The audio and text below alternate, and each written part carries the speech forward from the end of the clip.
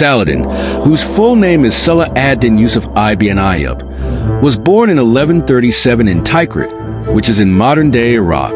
He came from a Kurdish family that was closely tied to the political and military leaders of the time. His early education was focused on warfare and governance, particularly under his uncle Shirkuh, who was a general serving Nur ad-Din, the ruler of Syria. These early lessons in leadership and strategy would shape Saladin into the historical figure we know today. Saladin's real rise to power began when he became the vizier of Egypt in 1169. At the time, Egypt was under the rule of the Fatimid Caliphate, which was struggling with internal issues and external threats, particularly from the Crusaders.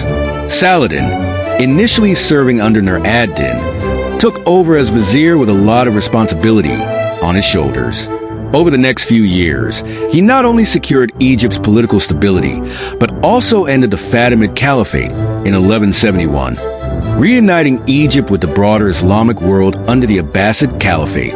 Saladin's military skill, however, is what he is most famous for.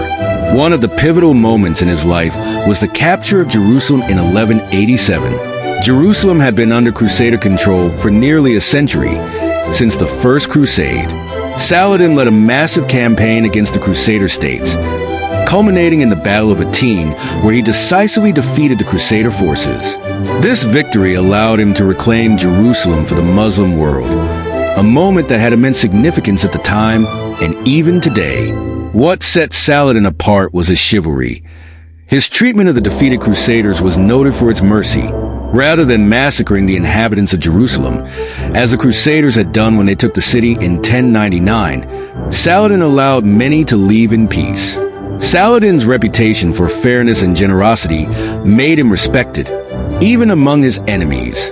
His treatment of Richard the Lionheart, the King of England, during the Third Crusade is legendary.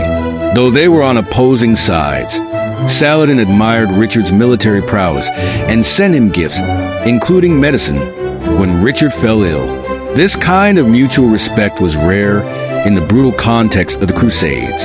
Saladin died in 1193, not long after the end of the Third Crusade. When he passed away in Damascus, it was said that he left very little personal wealth, having given much of it to charity.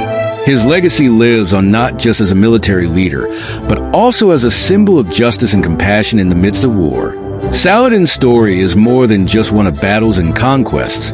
It's a tale of leadership, strategy, and the ability to unite people under a common cause. Even today, he is remembered as a hero in the Islamic world and admired by people from many cultures for his character, his wisdom, and his fairness. Subscribe to the channel for more videos.